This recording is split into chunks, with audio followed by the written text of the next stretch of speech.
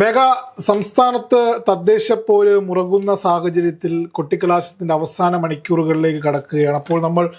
ഇപ്പോൾ നേരത്തെ നമ്മൾ തിരുവനന്തപുരവും കൊച്ചിയും കണ്ണൂരും തൃശ്ശൂരും ഒക്കെ ചർച്ച ചെയ്തു. ഏറ്റവും വലിയൊരു അട്ടിമറി UDF നടത്തുമെന്ന് പ്രതീക്ഷിക്കുന്ന ഒരു ജില്ലയാണ് കോഴിക്കോട്, അല്ലെങ്കിൽ കോഴിക്കോട് കോർപ്പറേഷൻ. ഏകദേശം 40 വർഷത്തിന് പുറത്ത് LDFന്റെ അഭിനിവേശമുള്ള ഒരു കോർപ്പറേഷൻ കൂടിയാണ് കോഴിക്കോട് കോർപ്പറേഷൻ എന്ന് പറയുന്നത്. എന്ത് തോന്നുന്നു, ഒരു അട്ടിമറി ശ്രമം അവിടെ നടക്കാൻ സാധ്യതയുണ്ടോ? കണക്കുകൾ എന്താണ് പറയുന്നത്? കഴിഞ്ഞ 48 വർഷമായി ഇടതുപക്ഷം ഭരിക്കുന്ന ഇടമാണ് കോഴിക്കോട്. ഇടതുപക്ഷം എന്ന് കൃത്യമായി പറഞ്ഞാൽ CPM ഭരിക്കുന്ന ഇടമാണ് കോഴിക്കോട് എന്ന് പറയുന്നത്. അപ്പോൾ അത്രമേൽ ചുവന്ന മണ്ണ് എന്ന് നമുക്ക് വിശേഷിപ്പിക്കാം. കണ്ണൂരിനേക്കാളും ചെഞ്ചുവപ്പുള്ള മണ്ണാണോ കോഴിക്കോട്? അങ്ങനെ വേണമെങ്കിൽ പറയാം. പക്ഷേ ലോക്സഭയിൽ നമ്മൾ കണ്ടതാണ്, ലോക്സഭയിൽ കോൺഗ്രസിന് വേരോട്ടമുള്ള മണ്ണ് തദ്ദേശ തെരഞ്ഞെടുപ്പിന്റെ കാലഘട്ടം എത്തുമ്പോൾ അത് വീണ്ടും ചുവക്കുന്ന ഒരു പ്രവണത നമ്മൾ കോഴിക്കോട് കാണാറുണ്ട്. എനിക്ക് മറ്റൊരു സംശയമുണ്ട്. ഈ കോഴിക്കോട് വടകര കേന്ദ്രീകരിച്ച് ഷാഫി പറമ്പിൽ എന്ന ക്രൗഡ് പുളർ ഇപ്പോൾ പ്രവർത്തിച്ചു കൊണ്ടിരിക്കുകയാണ്. അപ്പൊ തദ്ദേശത്തിൽ ഷാഫി ഫാക്ടർ കോഴിക്കോട് വലിയൊരു മാറ്റം ഉണ്ടാക്കാൻ സഹായകമാകും. കാരണം കോഴിക്കോടിനെ സംബന്ധിച്ച് അവരുടെ ആരോഗ്യ മേഖലയിൽ വളരെ പ്രശ്നങ്ങൾ നേരിടുന്ന ഒരു സമയമാണ്.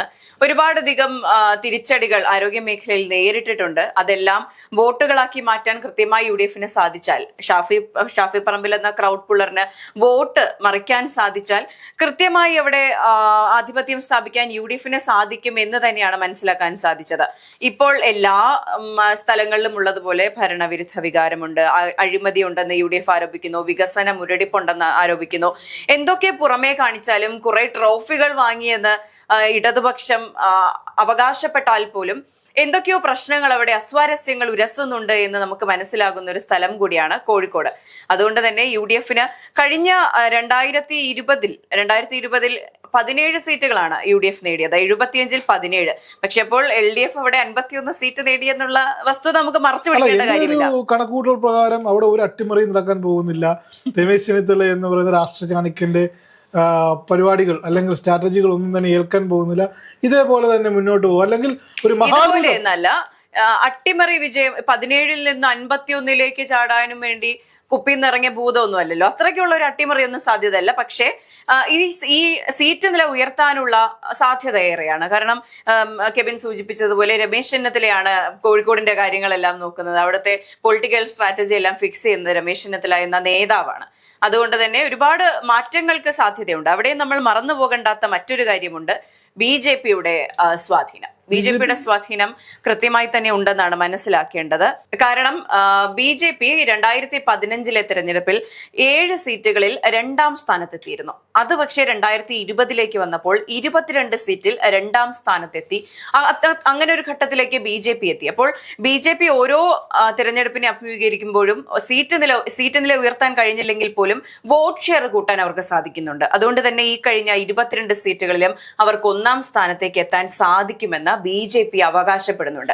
അപ്പോൾ എന്ത് തന്നെയായാലും ഈ പറഞ്ഞ അവിടെ ശക്തമായ ത്രികോണ മത്സരമാണോ അതോ CPM-ഉം BJP-യും തമ്മിലാണോ മത്സരം നടക്കുന്നത്? ത്രികോണ മത്സരം അവിടെ നിലനിൽക്കുന്നുണ്ട് എന്ന് എനിക്ക് തോന്നുന്നില്ല. ഇപ്പൊ BJP പറയുന്ന പോലെ 2036-ൽ വിജയിക്കുമെന്ന് പറയുന്നത് പോലെ വരും വർഷങ്ങളിൽ തിരഞ്ഞെടുപ്പ് അട്ടിമറിച്ച് UDFന് വിജയം നേടാനുള്ള കരുക്കൾ ഇപ്പോഴേ നീക്കി വെക്കുന്ന ഒരു തെരഞ്ഞെടുപ്പ് ആയിരിക്കും ഇതെന്നാണ് ഞാൻ വിലയിരുത്തുന്നത്.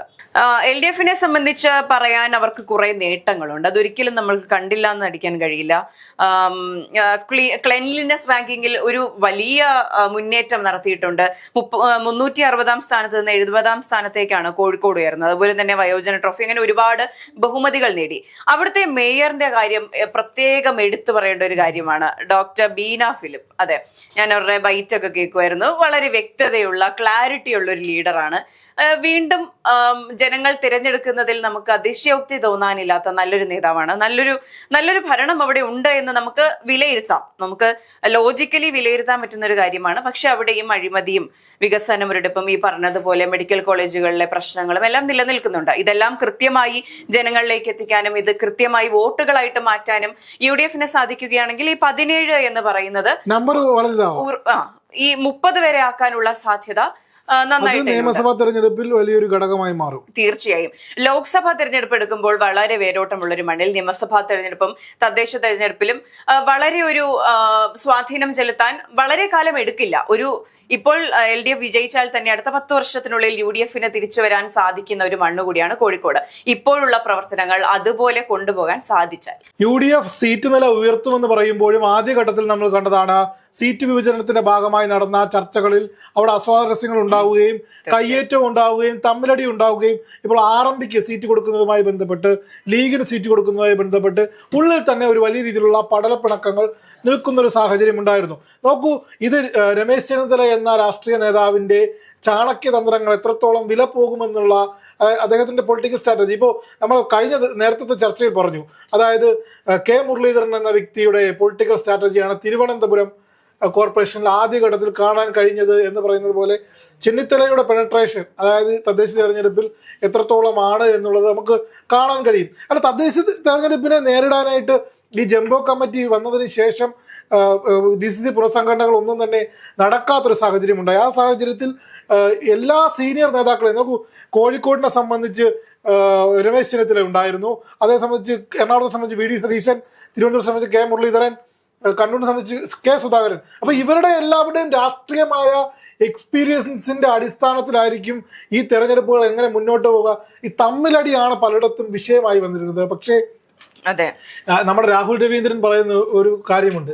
അതായത് എത്ര വലിയ ആളായാലും എത്ര സ്വാധീനമുള്ള ഏരിയ ആയാലും നല്ല പോലെ കോൺഗ്രസ് ഒരുമിച്ചൊന്ന് നിർന്നാൽ ഇറങ്ങാത്ത കൊത്തളങ്ങളൊന്നുമില്ലാതെ നമ്മുടെ രാഹുൽ രവീന്ദ്രൻ മിക്ക ചർച്ചകളിലും എൻ്റെ അടുത്ത് പറയാറുണ്ട്. ആ വാക്കുകളാണ് പറയാറുള്ളത്. കോൺഗ്രസ് ഒരുമിച്ച് നിൽക്കുകയാണെങ്കിൽ, അല്ലെങ്കിൽ അത്തരത്തിലൊരു പ്രചരണം ഇനി മണിക്കൂറുകൾ മാത്രമേ ഉള്ളൂ. അത്തരത്തിൽ അവിടെയുള്ള വികസന വിഷയങ്ങൾ, അഴിമതികൾ, സഹകരണ ബാങ്കുമായി ബന്ധപ്പെട്ട മറ്റ് വിഷയങ്ങൾ, അല്ലെങ്കിൽ അവിടെ ഉയർന്നു വന്ന അഴിമതി ആരോപണങ്ങൾ, ഇതെല്ലാം തന്നെ ജനങ്ങൾ ഒരു നിമിഷം ഓർക്കും കോൺഗ്രസ് വേണോ, അല്ലെങ്കിൽ CPMന്റെ ഭരണമികവാണെങ്കിൽ CPM കൃത്യമായി അവിടെ വേറോട്ടം സൃഷ്ടിക്കും. 48 വർഷം ഇപ്പോൾ ബംഗാളും ത്രിപുരയൊക്കെ കാട്ടിയാണ് എല്ലാവരും ഇതൊക്കെ പറയുന്നത്.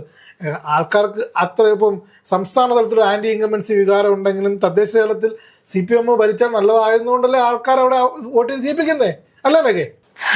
തദ്ദേശ തെരഞ്ഞെടുപ്പ് എടുത്ത് നോക്കുകയാണെങ്കിൽ പാർട്ടി നോക്കിയാണ് ആൾക്കാർ വോട്ട് ചെയ്യുന്നതെന്ന് എനിക്ക് കംപ്ലീറ്റ്ലി അംഗീകരിച്ചു തരാൻ കഴിയില്ല. കാരണം വ്യക്തിപ്രഭാവത്തിൽ വോട്ട് പോകുന്ന സ്ഥലങ്ങളാണ് തദ്ദേശ തെരഞ്ഞെടുപ്പ്. അത് CPMനെ സംബന്ധിച്ച് നല്ല വ്യക്തികളെ സ്ഥാനാർത്ഥികളാക്കുന്ന അവരുടെ കഴിവ് അത് വോട്ടുകളായി മാറും. അതായത് ഇപ്പോൾ എപ്പോഴും പൊളിറ്റിക്കൽ വോട്ടുകൾ ക്രോഡീകരിക്കുന്നത് എവിടെയാണ്?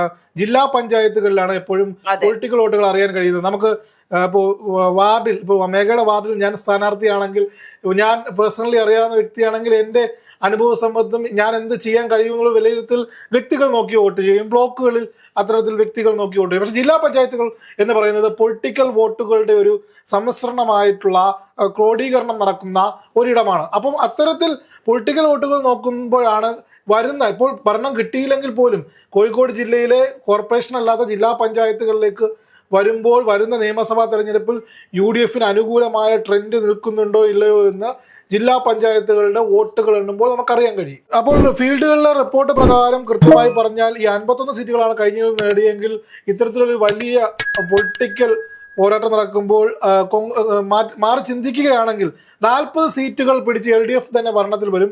പക്ഷെ അവിടെ നോക്കൂ, 25 സീറ്റുകളുമായി UDF നില മെച്ചപ്പെടുത്തുന്നു. 2020 കണക്ക് എത്രയായിരുന്നു? 2020 17 ആയിരുന്നു. അവിടെ നിന്ന് 25ലേക്ക് എത്തുക എന്ന് പറയുന്നത് വലിയൊരു കണക്ക് തന്നെയാണ്. BJP 7 സീറ്റിൽ നിന്നും 10 സീറ്റിലേക്ക് എത്തുന്നു. അങ്ങനെ 75 സീറ്റിൽ 40 സീറ്റ് പിടിച്ച് LDF വീണ്ടും ഭരണം നിലനിർത്തുന്നു. UDFന്റെ കുതിപ്പ് അവിടെ നമുക്ക് കാണാൻ കഴിയും. 10 സീറ്റുകളിൽ BJP നില മെച്ചപ്പെടുത്തും. ഇത് ആദ്യത്തെ 10 സീറ്റുകളിൽ LDF മെച്ചപ്പെടുത്തുന്നതും BJPയുടേതുമായ അങ്ങോട്ടും ഇങ്ങോട്ടും ഏറ്റക്കുറച്ചിലുകൾ പോളിംഗിന് ശേഷം നമുക്ക് അറിയാൻ സാധിക്കും. ഇതാണ് എന്തായാലും നിലവിലത്തെ ഫീൽഡ് റിപ്പോർട്ട് വെച്ച് നേഷൻ ഫസ്റ്റിൽ പറയാനുള്ളത്. 40 സീറ്റുകൾ LDF, 25 സീറ്റുകൾ UDF, 10 സീറ്റുകൾ BJP.